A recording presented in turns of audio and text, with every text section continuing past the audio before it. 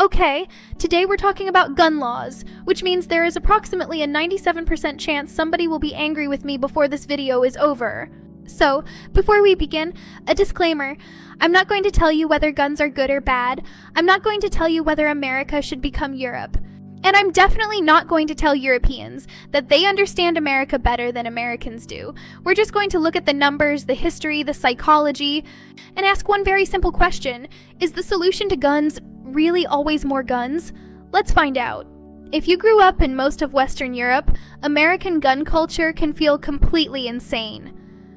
You watch a video of someone walking into a supermarket with a handgun on their hip, and your European brain immediately goes, "Excuse me, why does Steve need a Glock to buy cornflakes?" But here's the thing. If you grew up in parts of the United States, the opposite can seem equally strange. Imagine being raised around guns. Imagine being raised around guns. Your father owns one. Your grandfather owns one. Maybe you learned to shoot as a teenager. You hunt. Your neighbors own guns. Police officers carry them. They're in movies, stores, political campaigns, and family traditions. Then someone from another country appears and says, "Obviously, we should take those away." Psychologically, those two people aren't starting the argument from the same place. They're not even looking at the same object. To one person, a gun represents unnecessary danger. To another, it might represent protection, independence, sport, family tradition, or a constitutional right. And American surveys illustrate this perfectly. In a 2023 Pew Research Center survey, about 32% of American adults said they personally owned a gun, with another 10% saying someone else in their household had one. And among gun owners, 72% said protection was a major reason for owning one. Gun ownership was also much more common in rural America than in cities. That matters. Because telling somebody to surrender something they consider dangerous is very different from telling them to surrender something they believe keeps their family safe. Even when two people agree on the statistics, they may interpret the solution completely differently, and America really is unusual. The best widely used international estimate from the Small Arms Survey put the number of civilian-owned firearms in the United States in 2017 at roughly 393 million guns for a population of around 326 million. That's approximately 120 civilian firearms for every 100 people. More guns than people. And before somebody comments, no, that doesn't mean every American owns 1.2 guns. Some Americans own 0. Some Americans apparently looked at that statistic and said, "Don't worry guys, I'll cover the difference." But now let's get to the darker numbers. According to final CDC statistics for 2023, there were 27,300 firearm suicides in the United States. There were another 17,927 firearm homicides. And this distinction is extremely important. When people hear the phrase gun deaths, many immediately picture school shootings or criminals shooting strangers. But a huge part of America's firearm mortality problem is suicide.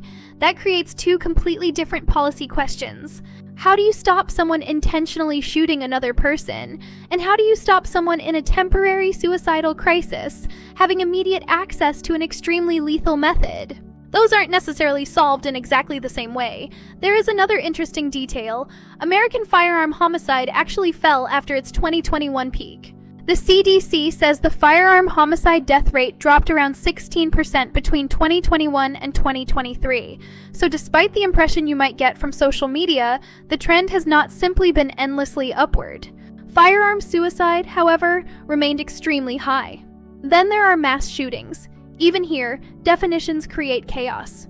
Different organizations define a mass shooting differently.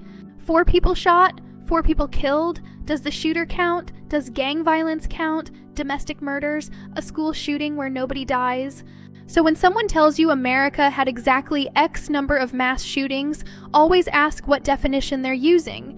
The FBI uses another category called an active shooter incident, someone actively engaged in killing or attempting to kill people in a populated area. Using that definition, the FBI identified 24 active shooter incidents in 2024.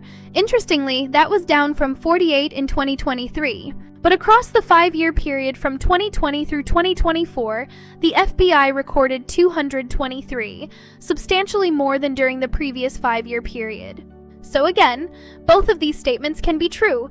Active shooter incidents dropped dramatically in 1 year, and the recent 5-year period was still worse than the previous 5. Statistics are fun like that. You can make almost anything sound wonderful or terrifying depending on where you start the graph, and individual cases expose another part of the debate. In Uvalde, Texas, in 2022, 19 children and 2 teachers were killed at Robb Elementary School.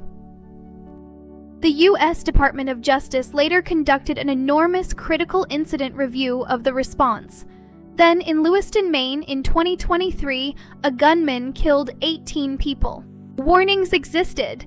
The legal mechanism existed, but it wasn't successfully used in time. That's an important distinction in the gun debate. Sometimes the argument isn't, should there be another law? It's, would the laws we already have work if they were actually enforced properly? Now, Europe. This is where Europeans sometimes become a little too confident, because mass shootings absolutely happen here too. Police said he legally owned several firearms. The Czech Republic already had licensing requirements and gun regulation, and the attack still happened. Then in June 2025, Austria experienced a horrific school shooting in Graz. A 21-year-old former student killed 10 people at his former school before killing himself. Authorities said the weapons had been legally acquired.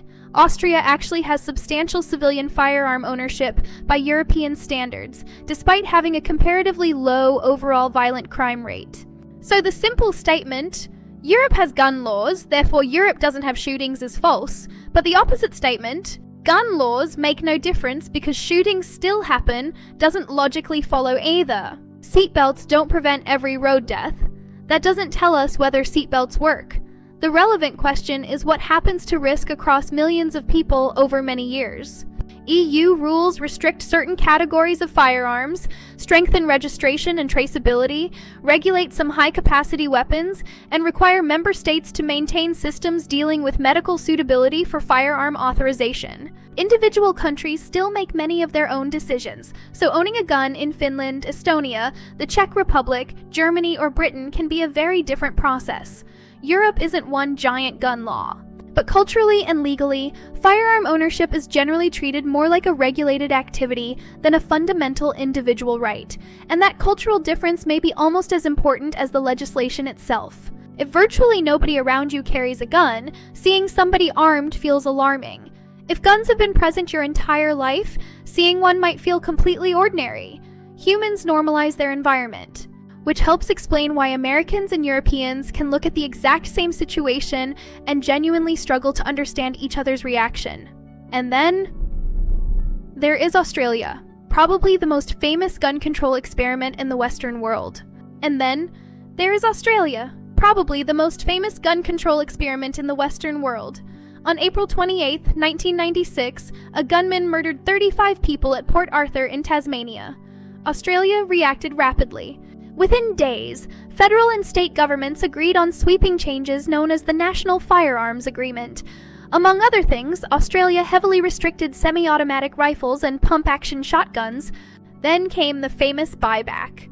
More than 600,000 newly prohibited firearms were surrendered, with additional weapons voluntarily handed in as well. This is sometimes described as Australia banned guns. It didn't. Australians can still legally own firearms. Farmers have them, hunters have them, sport shooters have them. What changed was the type of weapons available, the licensing system, and the philosophy surrounding ownership. So, did it work? This is where things become interesting.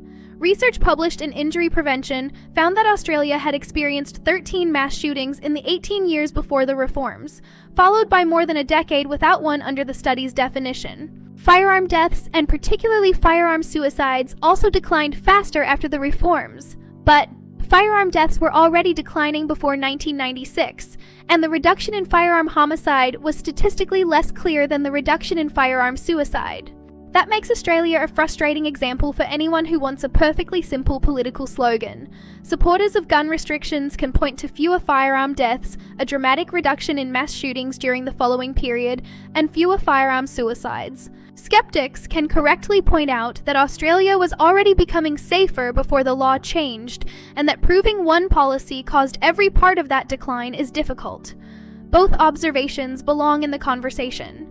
By late 2025, Australia reportedly had more than 4 million registered firearms, more registered firearms than at any point since the Port Arthur reforms. After another deadly attack at Bondi Beach in December 2025, Australia again moved toward tighter controls and another national buyback. So even Australia's story isn't government removed guns, problem finished. It's an ongoing balancing act between legal ownership, illegal weapons, public safety, and individual freedom, just like everywhere else. The only thing that stops a bad guy with a gun is a good guy with a gun.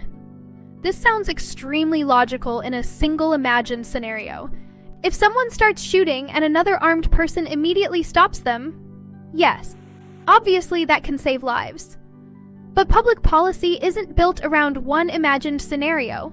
The question is whether having more armed people across an entire population produces better outcomes overall, and the research isn't remotely as clean as either side would probably like. Rand's major review of American gun policy research found stronger evidence for some policies than others. For example, evidence supports child access prevention and safe storage laws, reducing firearm injuries and deaths among young people. There is moderate evidence that firearm restrictions connected to domestic violence restraining orders reduce intimate partner homicides. Background check requirements also have evidence suggesting reductions in homicide. On the other hand, Rand found supportive evidence linking stand your ground laws with increased firearm homicide, and evidence suggesting permissive concealed carry laws can increase some violent crime outcomes. But Rand also emphasizes that huge areas of American gun policy still lack strong enough research to make confident conclusions. Which is probably the least satisfying answer imaginable, because politics wants yes or no. Science keeps answering, well, which law, which population, which outcome, over what period of time. Very annoying. And that's probably the biggest lesson from comparing America, Europe, and Australia. There isn't really one gun debate. There are dozens. Suicide, domestic violence, organized crime, mass shootings, school security, illegal firearms, rural firearm ownership, self-defense, safe storage, licensing, background checks, constitutional rights, police response, mental health crisis intervention. A law that affects one of those problems might do almost nothing to another. And a policy that works in Australia cannot simply be copied into America as though culture, geography, existing gun ownership, and constitutional law don't exist. America already has hundreds of millions of privately held firearms. It also has generations of people for whom firearm ownership isn't some bizarre political hobby. It's normal life. And if you've grown up in a society where something is normal, having somebody suddenly tell you that normal thing is dangerous, immoral, or should be taken away can feel less like a policy change and more like an attack on your way of life. That doesn't prove the thing is safe, but it helps explain the intensity of the reaction. Meanwhile, Europeans should probably remember something too. We haven't discovered a magical civilization cheat code. Prague happened. Graz happened. Illegal firearms exist. Terrorism exists. Organized crime exists. Strict laws reduce access. They don't eliminate human violence. And America should probably remember the reverse. The existence of illegal guns doesn't automatically mean regulations affecting legal guns are useless. The real question is whether a particular policy changes measurable outcomes enough to justify its costs and restrictions. That's much harder than shouting, "Ban them!" or "Buy another one." And maybe that's why the gun debate never ends, because underneath all the statistics is a much deeper disagreement. What frightens you more? A dangerous person having access to a gun? Europe and America often answer that question differently. Not necessarily because one side has looked at the statistics and the other hasn't, but because history taught them to fear different things. And once fear, identity, rights, family, tradition, and personal safety get mixed together, we're not really arguing about a piece of metal anymore. We're arguing about what kind of society makes us feel safe. We're arguing about what kind of society makes us feel safe. And apparently, that's a much harder problem to solve. Thanks for watching.